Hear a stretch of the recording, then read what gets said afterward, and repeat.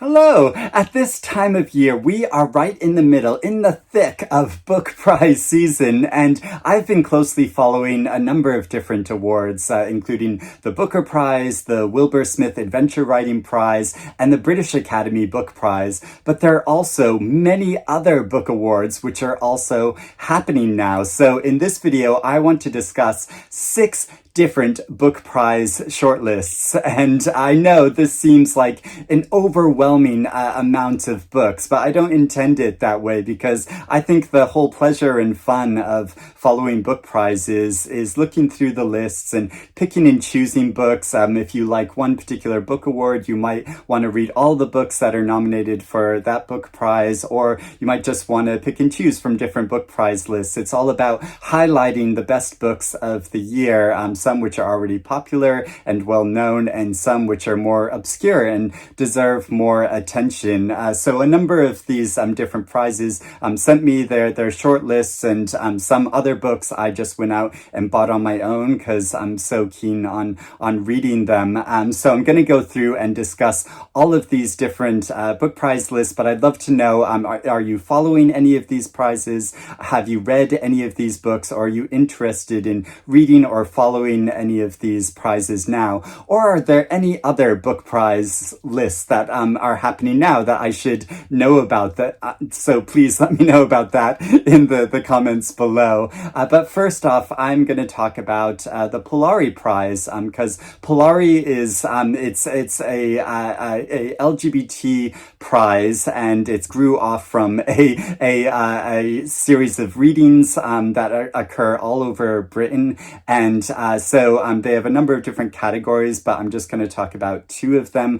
So there is the Polari First Book Prize, and that could be books in any genre or in any style, and the winners for this year's Polari Prize are going to be announced on November 29th. So this is the shortlist for the First Book Prize, and first off there is the novel Sunburn by Chloe Michelle Haworth, and this takes place in a small community in Ireland in the early 1990s, and follows a teenage girl who feels like she doesn't really fit in and feels quite constrained by her circumstances. But then one summer she meets another young woman who just sets her world on fire, and she strikes up a relationship, and it completely changes her worldview and her prospects for the future. And then she faces a dilemma. Does she move away and start a new life for herself, or remain in her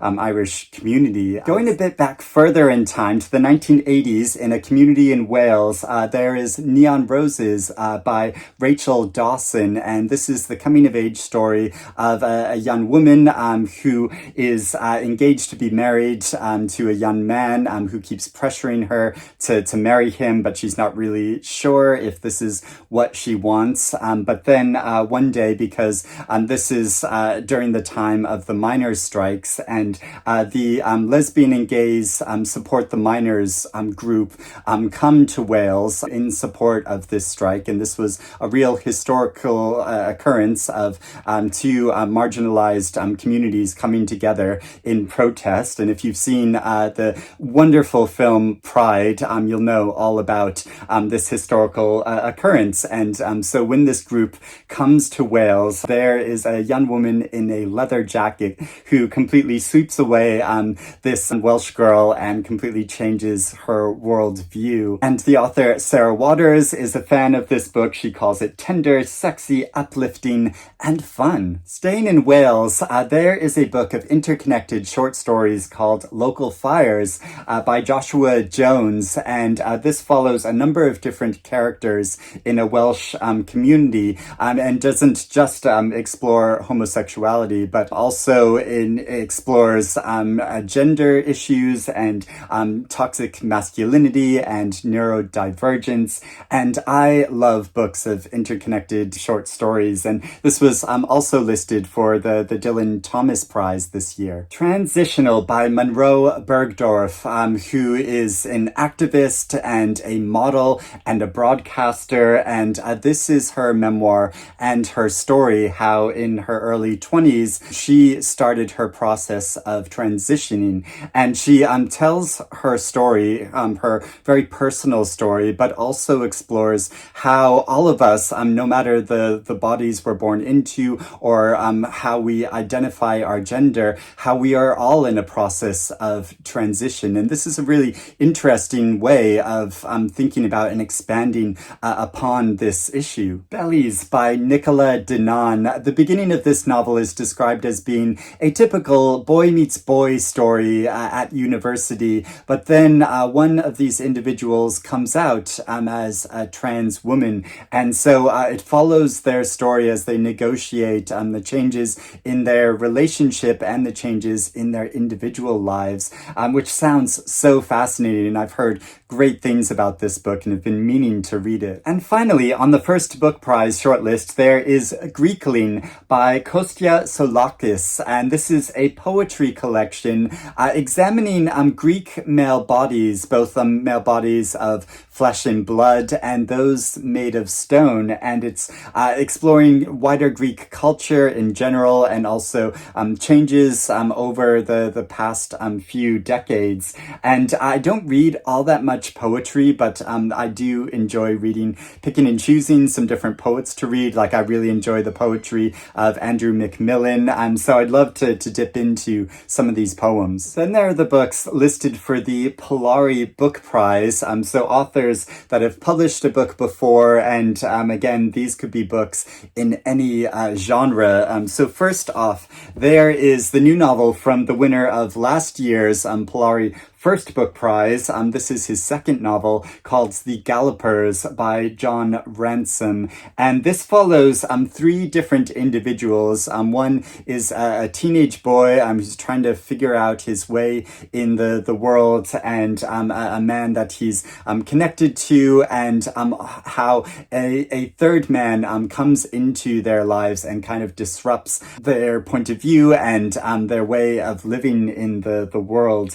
So I enjoyed Jon Ransom's first book. What was it called? The Whale Tattoo. Yeah, there were some. He writes about intimacy and sex in a really interesting way, and there were some great scenes in that book. I don't know if the overall plot hung together for me, but I'd be interested in trying his new novel. Blue Hunger by Viola de Grado, translated by Jamie Richards, and this is a novel about two women in Shanghai who swallow a pill to chase away all of the fears that they are feeling.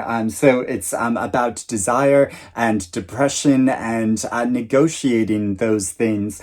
The author, Michael Cunningham, is a fan of this author and says that Viola de Grado is most importantly a powerful and original writer. The fact that she also writes movingly and with complexity about members of the LGBT population renders her work all the more singular. Hard Drive by Paul Stevenson, and this is a book of poetry which deals with the aftermath of when the author's partner suddenly died.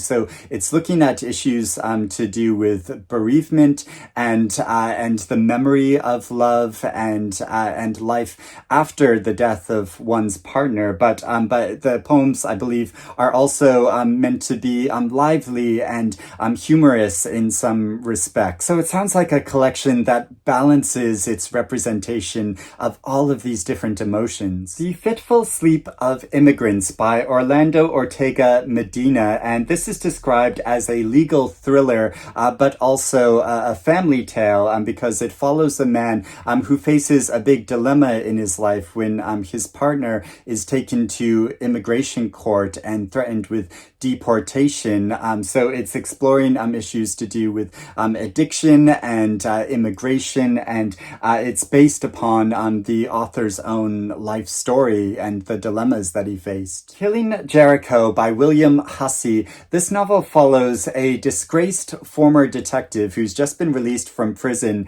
and he returns to his fairground family, but a number of murders start occurring, and police can't figure out what is connecting all of these different murders, but this former detective thinks he understands what is going on, and realizes that more people are going to be killed, including possibly himself. And finally, there is the graphic novel 40 Lies by David Shenton, and this is a collection of 40-ish personal stories, all about the life of a gay man in his 70s, the fun and the friends and the sex, but also about family rejection and dodgy boyfriends and living through the AIDS epidemic. And it's told in a style where it really packs a lot on the page. So there's lots of really lively graphics, all pushed together with lots of text. So this sounds absolutely fascinating and a riot to read. The next book award I want to talk about is the Books Are My Bag Reader's Choice Awards, which is a really fun award because the winners of this award are chosen by readers themselves. And I'll put a link below so you can go have your vote. I'll put a link below to all the different book prizes that I'm talking about. But it's especially good to go to this site because you can vote yourself for who you want to win in the different categories. And if you live in the UK, you also have the chance of winning book tokens. You're putting into a draw to win book tokens if you vote for this. So there are a number of different categories, including fiction, and there's some great books nominated for that, like Clear by Karis Davies and Martyr by Kaveh Akbar. But I'm going to talk about the books nominated for the non-fiction category.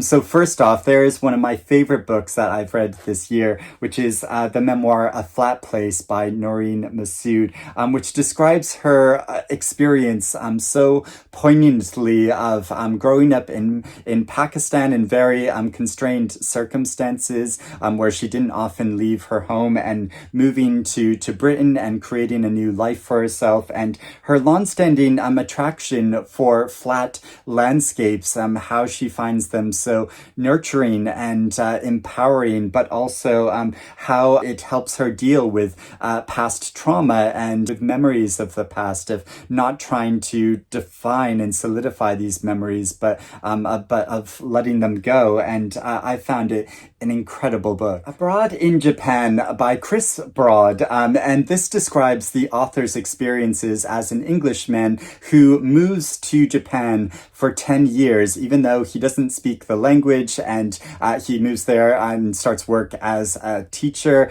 So it's about the culture clash of this experience, but also how he gained new insight of living in this very different place. And I traveled to Japan once myself and found it absolutely fascinating, but it's probably the most foreign that I've ever felt in my life. I found it like really disorientating, but also absolutely fascinating.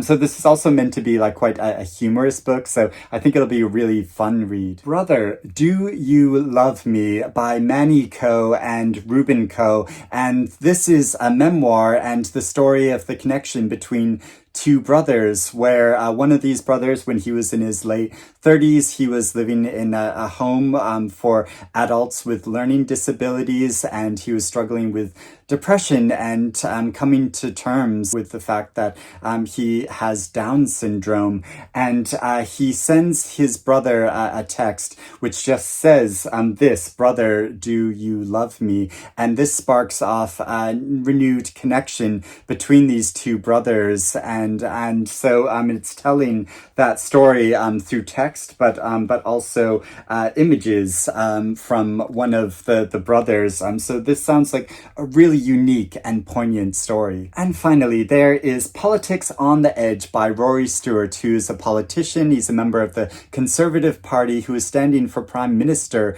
at one point. And personally, I don't follow politics all that closely. I try to stay informed. So I don't think this is going to be a memoir for me, although it'd probably be good for me to read it. But I don't know, if you've read this, let me know what you think. The Baillie Gifford Prize for nonfiction has been going for over 25 years, and it's basically the equivalent of the Booker Prize, but in nonfiction. And the winner of this year's award is going to be announced on November 19th, and these are the 6 nonfiction books up for this year's prize. And we are coming up to Nonfiction November, which is a read-along. So these sound like some really great choices for that. And speaking of the Booker Prize, the first book I want to talk about is a former Booker Prize winner of Richard Flanagan with his book Question 7, which, to be honest, when I first saw this in bookshops, I thought this was another novel. But no, this is a nonfiction book and a memoir. I'm looking at the author's life, but also broader history. So about the affair between the authors H.G. Wells and Rebecca West, but also looking at the author's family history, about life in Japan and Tasmania, and about larger political events of the past. Now, I have not read his novel, The Narrow Road to the Deep North, which won the Booker Prize. It's one of the few recent Booker Prize winners that I've not actually, I've been meaning to, I've been wanting to get around to it, but I just haven't for some reason or another. But a member of my book club read this recently and said it was fantastic. So really looking forward to reading this. Next is another book by a very prominent novelist, of A Man of Two Faces by Viet Thanh Nguyen. And on the cover, it describes this as a memoir, a history,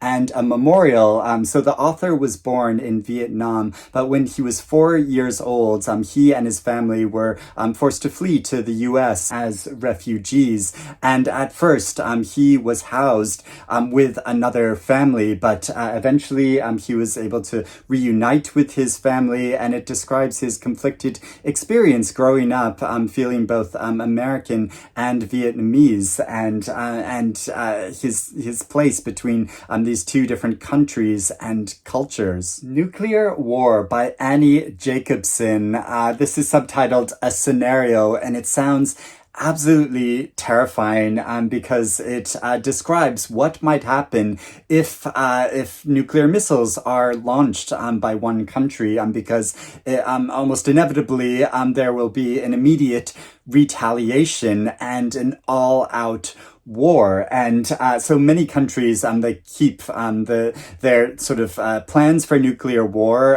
possible nuclear war, very secret. But this is looking at research of the most that is publicly known about this subject matter, and is also based on interviews with a number of military and civilians who are experts in this field. So yeah, this sounds really important reading, but also terrifying. The Story of a Heart by Rachel Clark, who is a doctor, and this relates the experiences of a 9-year-old girl who was the victim of a cataclysmic car accident where almost every part of her body was severely injured except for her heart. And her family made the very difficult decision when they realized that their daughter was going to die, to donate her heart for organ transplant to a boy from another family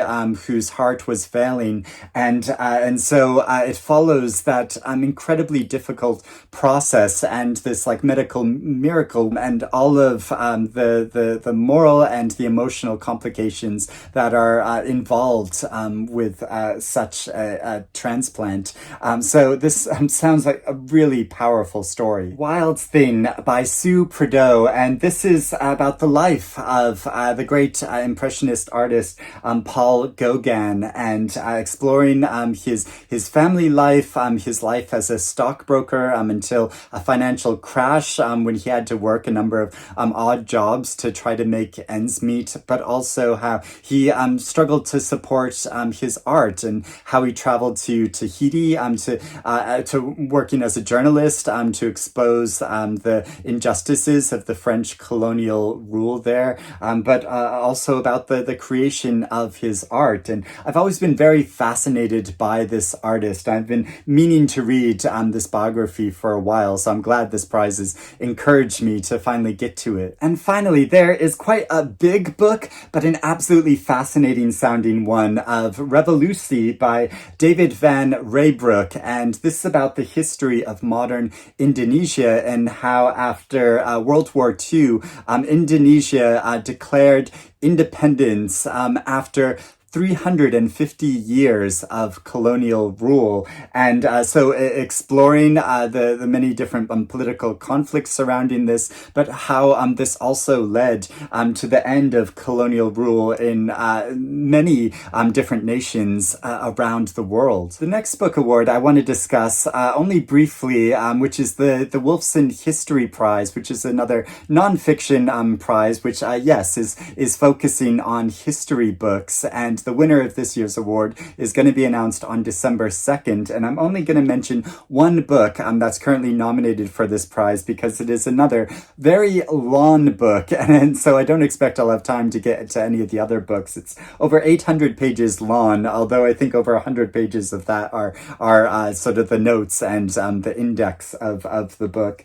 but it's one that I've been really wanting to get to. So it's Shadows at Noon by Joya Chatterjee, and this is about the history of South Asia in the 20th century, but rather than focusing on the politics like a lot of nonfiction books have of this period of time in this area of the world, it focuses on the home and food, and about the people and communities during this time, and it's meant to be absolutely fascinating and give an entirely new view of this part of the world. And this was also listed for the very first Women's Prize for Nonfiction earlier this year. So yeah, I'm really hoping to find time for this. And the final book award I want to discuss is the Goldsmiths Prize. The winner for this year's award is going to be announced on November 6th, and this is an award for literature that is at its most novel, that is doing something really exciting with the form of fiction itself. So I have 4 books that are currently shortlisted for this award, because I couldn't find one of them in the bookshop recently, and then the other book is by Rachel Cusk, who honestly, after reading her book, Second Place, I'm just not really interested in reading more of her fiction. But a novel that I've been wanting to get to for quite a while is Neil Mukherjee's new book, Choice, which follows the story, 3 different stories, one of a publisher, one of an academic, and one about a family in India, and following their separate stories, but how their decisions kind of connect them to each other, and show how our actions have implications like all around the world that we don't necessarily expect. And I've loved reading Mukherjee's fiction in the past, and so I'm really keen to read this new novel. All My Precious Madness by Mark Bowles, and this follows the story of a man who's born into a working class background but works his way up into the elite of the academic world, and it follows how he struggles with issues to do with anger and building rage inside him and managing that. So it sounds like a very tense but fascinating story, and this is published by Galley Beggar Press, who always publish really fascinating books. Tell by Jonathan Buckley. This is a novel that centers around a man who lives in the Scottish Highlands. He's a self-made businessman and an art collector, but he has gone missing. And some people want to make a film about his life, so they're interviewing his female gardener who is telling the story about him. So it's kind of the tale of his life, but refracted through another person's perspective, and so it's looking at class difference and issues to do with the art world. And of course, it's published by Fitzcarraldo Editions in their trademark blue, and they always publish really great books. And finally, there is Spent Light by Laura Pawson. And this novel is kind of difficult to describe because I think it's looking at sort of ordinary objects in the household, like a toaster, but how these different objects have global connections behind them. And so how we can understand the wider world through things that we can find in our own homes.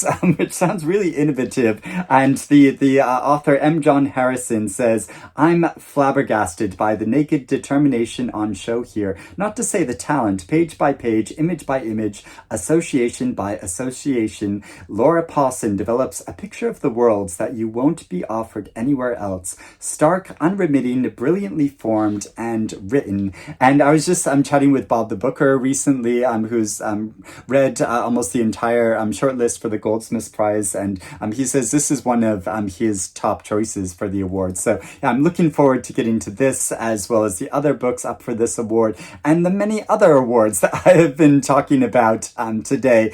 So I'm hoping to read a number of these books. Like I said, I'll just probably dip in and out of these different prizes rather than, trying to be a completist and reading the entire list. But I'd love to know if you're interested in reading any of these books or following any of these prizes as well, or if there are any other book prizes or read-alongs that you've been participating in that you want to tell me about in the comments below. I would love to hear about that. But I hope you're doing well and reading good things and following great book prizes, and I will speak to you again soon. Bye-bye.